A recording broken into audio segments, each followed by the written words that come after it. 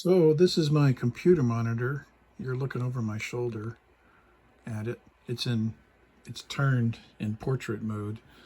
Um, and when I say making comics history, I don't mean a grandiose claim of being historical, but I mean making a publication, a periodical, a magazine, if you will, called simply Comics History.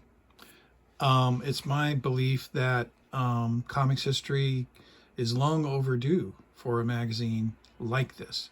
It may only appeal to a few, it might appeal to many if it's done right. It might win comics some new readers, some new appreciation, or it may just have a niche audience of 10 readers. I have no idea. I just know that I'm compelled to do it. This cover is a concept. I'm not sure if I'm going to go with it, but isn't that a great photo? This is by Gordon Parks, wonderful photographer and filmmaker. He's the guy who made, believe it or not, Shaft, the movie Shaft, as well as a couple of other amazing movies like The Learning Tree. And but he's most known for his photographs. And so this is a public domain photo. And you see that I'm thinking about having an article in here about reading comics, rare photos from the past. And so in this issue of Comics History, let me see if I can find this. This is an opening spread maybe for that article, starting with another photo by Gordon Parks. So that's a little bit, just a visual glimpse of the magazine I'm working on. And just to give you an idea of how I'm doing this, this is basically a place for me to do something with my hobby, which is going through the internet, old magazines and newspapers online, and photo archives and excuse me, and all kinds of sources, and finding just piles and piles and piles of stuff. Thinking about having some regular features in the magazine. Here's cartoonist on cartooning. Let me see if there's an interesting one in here that you might like. Milk Gross, the great Milk Gross. This is from 1914, very early in his career. He started in 1912. And things we never see. Hooray, I got 4 ideas ahead. Even in his second year of cartooning, Milk Gross was talking about how hard it was to come up with ideas. Here's another one. This one's really meta. Drawing the character with the pen, drawing another character. Turns out it's the husband's wife. A mild joke by today's standards, but interesting. So this could be a feature or a department, a regular item, a page or two, which shows how cartoonists look at their profession using the medium of cartoons. Here's one by the great cartoonist Webster, H.W. Webster. A hearse, skull and crossbones, grave, general all around gloom. He's trying to come up with their Christmas card. This is something that's expected of cartoonists and designers. But if you know anything about comics history, there's a lot of wonderful Christmas cartoons by cartoonists, and it reeks with good cheer. Yeah, it reeks. Oh man, yeah, that's quite funny. So that's a taste of what I'm working on. But right now, and for this blog or a video journal, I'm inviting you to come along on my journey and join me. Let's see, that's not right.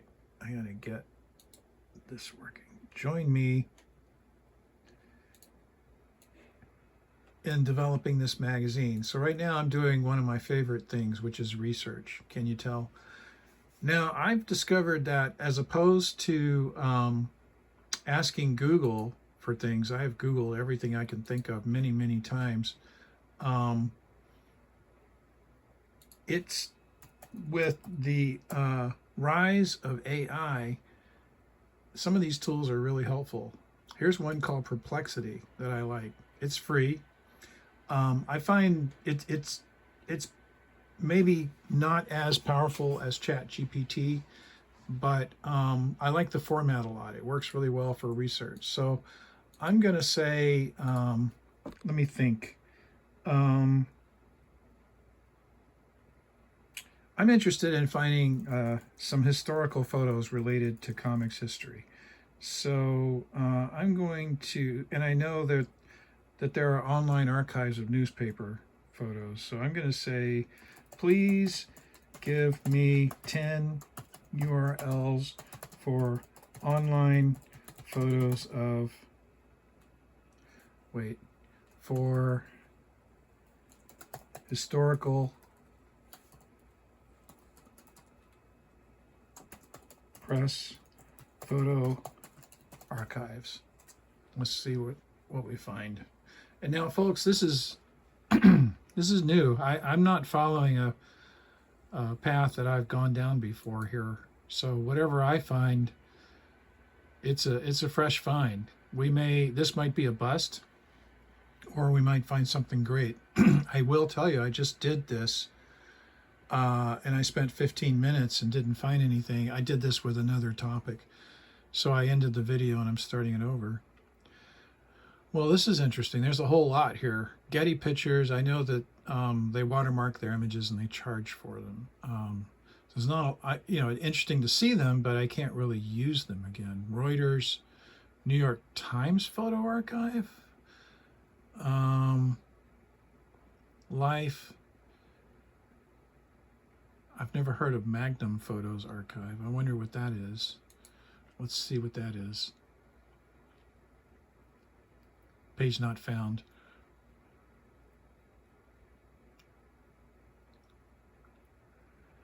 Okay. Maybe I can find the page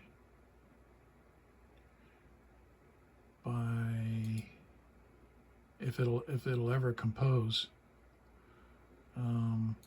Maybe I can find it this way, because it just automatically, here we go. I'm clicking on the logo. Sorry, folks, this is taking so long. Just bear with me here. So I'll try to give you some value by talking about the techniques that I use here. Okay, these are, beautiful art photos, so it's very unlikely that I'm going to find what I'm looking for. Well, let's try Associated Press. I'm not sure I've ever looked here. Incredible as that may seem, I probably have. I'll know better when I get here. So let me type in cartoonist into the search field, because I'm interested in the people that did the cartoons. Sometimes that'll get me a lot closer to historical stuff than typing in the names of cartoonists or comic strips or comic books. A lot of times you end up finding contemporary photos that, I'm looking for stuff that's going back, prior to the 1950s, if not much farther. Well, I see there's something here on Raymond Briggs, but he's a contemporary. Yeah, so I'm not finding anything there, although these are very nice photos. There's got to be, and they're watermarked. Okay. So one of the lessons here is digging can take a lot of time. So one of the great things about Perplexity is they give you related questions with answers. So it helps you drill down into what you're actually trying to find. Military history, no.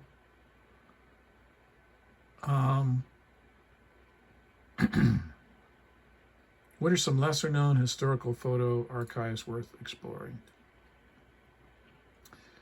Okay, but they're not giving me the URLs. They don't like to give URLs, I've noticed. You have to specifically ask for that. Digital public. This is kind of interesting. Ancient faces. Huh. 100% free. Let's try ancient faces. See if I can find it. There it is. See if there's anything to do with.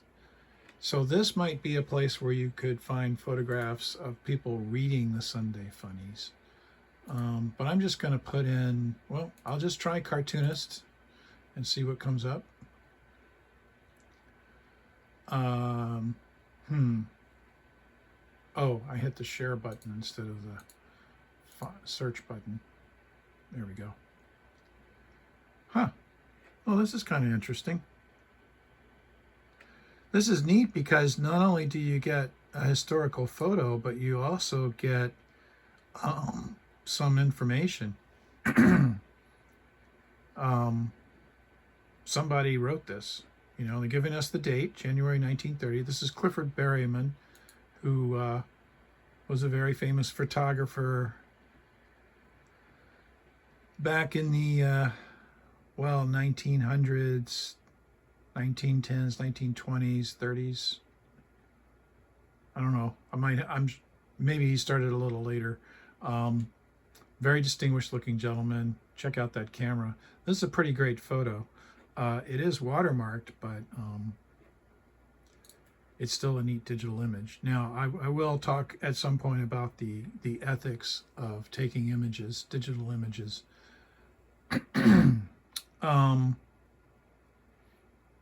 Because these are free, and because this comes from the Library of Congress, which, you know, that means we own, I think it's probably okay to take that photo. So that would be one to grab. Let's go back and see what else we have. Oh, this is kind of exciting. I never heard of this cartoonist, livestock artist and cartoonist. Man, I kind of love that. In Chicago. Let's see if there's any information. A photo of the business card of my great-grandfather, Arthur Earl Parker. He worked for Livestock World newspaper. He was the cartoonist for this paper. So that could be a very interesting little article. And here someone's posted, the link takes you to the papers. External link. Continue to website. Here's the Chicago Livestock World. So you could dig through here and see if you could find some of this guy's cartoons. Or let's see, his name is Arthur Pearl Parker. So let's see if there's, I love that name, Arthur Pearl Parker. Let's see if there's anything that comes up if I do a search for Arthur Pearl Parker. Oh, remember, I forget if I told you, but we have to put these multiple word searches in quotes. Otherwise, it'll give you a document with Parker, documents with just Pearl. Nope. So,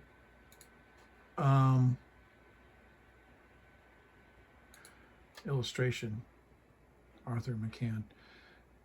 I think we're just going to have to go through.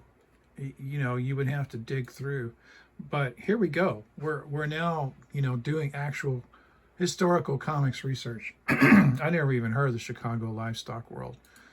May 1907. Let's see. Do we have a? I'm sure there's not a date on this business card. Yeah, I don't have any information. So,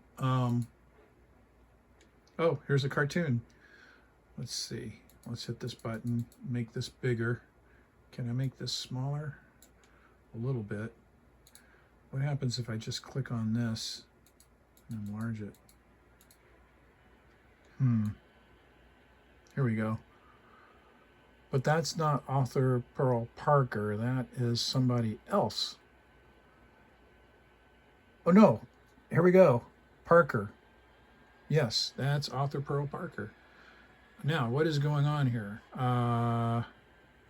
Looks like horses are jumping through hoops. Let's say good prices. It's got something to do with pricing of horses. Okay, well that's, that's interesting. The cartooning is pretty primitive, but that's okay. So let's go back and look at another issue. Let's actually, right, when I'm doing research like this, I like to just take a quick sampling from a range of dates and see where I get.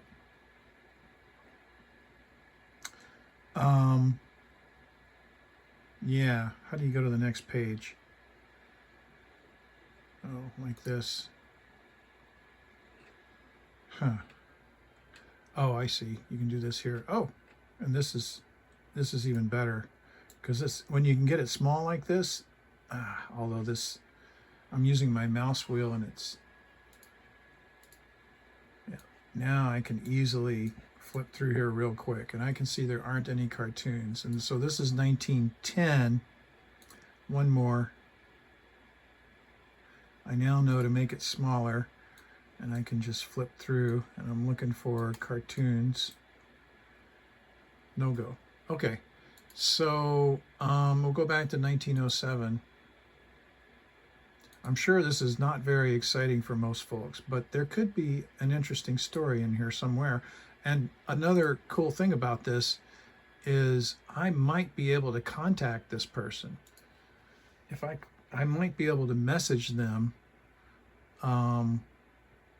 Yeah, message William. So I could say, hey, I'd like to do, I'm interested in writing about your cartoonist ancestor. Can you tell me anything about him? You see how that works. So this is actually fantastic, this site. And I love that business card, livestock artist and cartoonist. Oh, here we go. Here's one right here. Let's make this bigger. And then let's move it over. Yep, that's the same. Livestock worker, A.P. Parker. So Chicago was known as, what is the term? The nation's slaughterhouse? Is that right? Or the nation's cattle yard or something like that. Anyway, let me show you in the next video how, when you find photos like this, you can capture them and save them for possible reproduction, or at least for further study. But that's enough for now. Thanks for hanging out with me, and more later as we make comics history. Thanks for joining me on this journey.